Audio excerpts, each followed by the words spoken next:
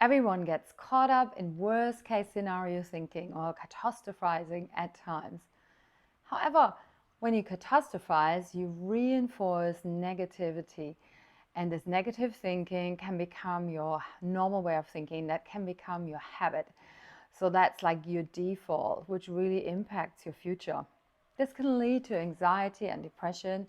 And as you become caught up in a negative thought, you spiral downwards and you assume the worst all the time. My name is Suzanne McAllister.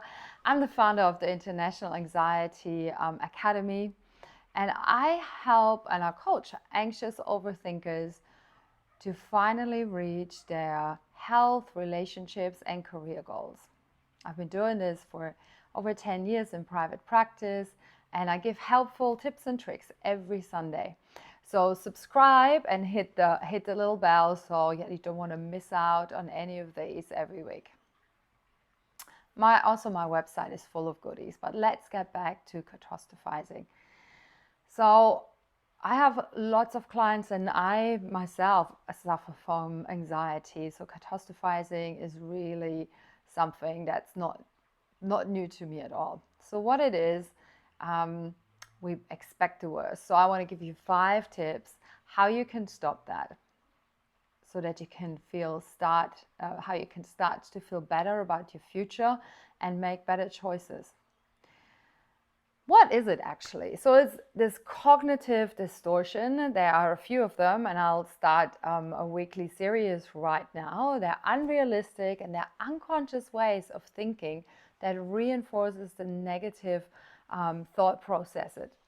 So it's like you have the worst case scenario, that's the most likely outcome of every situation.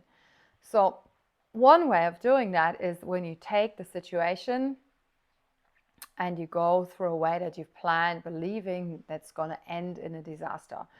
So for example, you apply for a job, but you already think, I'm never going to get that anyway, and what's the point with this? Or you want to ask somebody out on a date and you're like, she doesn't like me anyway, or he doesn't like me anyway. I'm going to never get married. Nobody's ever going to love me. I'm never going to have children. There's no point even doing this, which means then you're going to stay at home, watch Netflix, eat chocolate, feel bad about yourself, and you're very unlikely to really go out there. So it's where we think about our future and imagine all the ways that things can go wrong, that creates this pessimistic outlook that we have, and possibly even a self-fulfilling prophecy of failure. And our future then looks like doom and gloom, and nothing can ever happen or go our way. So why are you doing this? So it's your way of thinking that you're able to remember in the past events and images have happened, and then you program that for your future possibilities. So you can utilize your past actually to help you to achieve your goals and plan for the future. It can also be a problem to really use things as templates that then leads to catastrophizing. You may even have this belief that imagining the worst case scenario is like being prepared for the worst thing and then you can handle it. But it can really be your learned behavior. It can be where you're witnessing your family doing this and you adopted it. And you might be thinking, oh, I'm going to be like really pleasantly surprised if it comes, if something better comes. But it's really that your brain releases cortisol, which is like the fight or flight in your amygdala. So it's fight or flight or freeze, and it reacts to the danger that you're creating. So you're creating that stress in your body while you're catastrophizing something. So initially you might think, oh, I'm going to feel better because but it really makes you feel worse. You reinforce the fear and the helplessness you feel related to negative thoughts, which means you really end up feeling hopeless.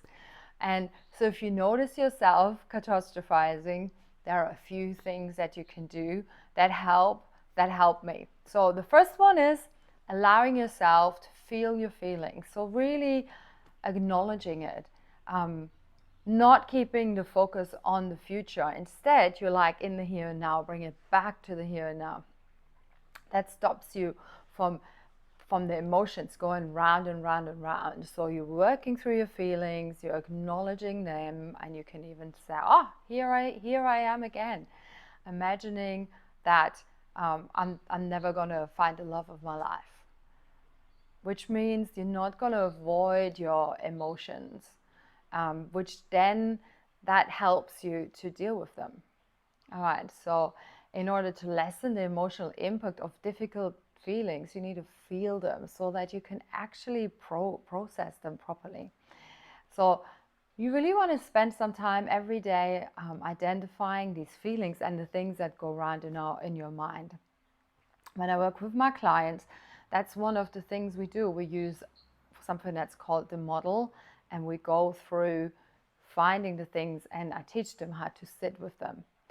Then number 2 is going to be write them down. So I'm a big fan of journaling. So we're going to write them down, and that helps. So writing down what you're catastrophizing can stop you from constantly thinking about it. It's like putting it out there, putting it on paper. That engages your left brain hemisphere, so the logic, and that can help you to view the situations more realistically and logically. And as you reread what you wrote, you can look at it also like more from an objective point of view. So then you can change it. So when we use the model, we'll be like, okay, so instead of accepting the thing that you're catastrophizing about as the absolute truth, and this is going to happen, you can begin to notice maybe the flaws in your thoughts and catch yourself. All right, then number 3 is we're going to practice mindfulness. So mindfulness is, all right, being in the here and now. That stops you from then going out into the future and helps you to be here. So visualizing a better outcome.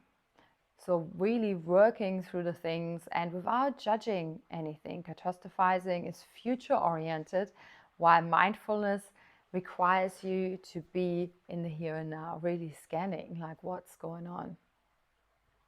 So you can engage all of your senses in mindfulness and ground yourself in the present moment. That really helps. You can look around and name 5 things. So that's like a quick one. You can do 5 things that you see, 4 things you can touch. You can do 3 things you can hear, and 2 things you can smell, and 1 thing you can taste. So noticing your breath from your diaphragm and really calming yourself down. So meditation can really help with that, mindfulness and breathing and just naming the feeling, being in the here and now, then writing it down, and then maybe scanning and looking for the flaws that you might have had. Number 4 would be to really follow through with it. So what is the worst case scenario? What would that look like? What would I do about it? Like the red and green thoughts that I always talk about in my videos, they really help. So is that a red thought? Is that a green thought? Is that going to help the situation, or is that going to make the situation worse? So really writing down the worst things that can happen. Then you can write the medium things that can happen, and then you can write the things down, the best outcomes, and what are all the things that you can control. Follow that up, looking at the things that you have control over, notice them, and then maybe doing your list. So we as anxious people, we love making lists that we can work our way through to make ourselves feel better. And then I reframe, or in the model, but then we look at it and we look at what's the result. So we're reframing it, which means we're giving it a different meaning, which means we can stop to catastrophize then. So you have to pay attention to the thinking patterns that you have, and when you then catch yourself, you use your mindfulness, you acknowledge your feeling, and then you challenge the thoughts, and then you come up with at least 3 other ways of thinking about the situation, alternative. So doing this causes your brain to start considering the other possibilities. So reframing that. So you can do the worst, the middle, and the best outcome. And then we're going to replace the worst case outcome with something more positive. So reframing your thoughts changes the feeling associated with your thoughts, which means that calms down your nervous system, and that will keep you more optimistic. It will give your body the chance to heal. It gives your body the chance to breathe and to be more hopeful about your future. So if you notice yourself catastrophizing, you can try these 5 tips and to take control of your thoughts, of your feelings, of your anxiety, and your hopelessness can improve. Because you don't want to be dwelling in the negativity and the emotions, you want to lift yourself up. And I can help you with this as well. So with practice, you can learn how to stop catastrophizing, because it's a distortion. So you can have more hope for your future. So the distortion is, well, is it really like that? And it's not so. So I hope you enjoyed these tips. I would love you to maybe leave a comment about the things that you catastrophize about. For me, it was one of the things is when my daughter had her driving license, like all the things that I would be catastrophizing about at night when she would go out with her friends when she was 18. She'd go out for a drink. I could not sleep because all the things would go round and round and round in my mind. And of course, you know, as a therapist, I know the tools but I had to be really strict with myself as well, and discipline myself, and to teach my mind all the tips and tricks that I give you here as well. If you'd like to know more how to work with me, go to my website, SuzanneMcAllister.com. The link is in the notes down here, and there's some really good emotional resources there on my website that you can download for free. And please don't forget to subscribe and hit the bell that you don't miss any of the good tips that I give you. I would also love to hear some other things you like to have videos done about in the anxiety field. However I can help you with this, get in touch and let me know. That's it from me for today. Have a beautiful, beautiful Sunday. It's Sunday evening here in Australia where I am, and the sun is just setting, and a week has gone past. Time just flies at the moment.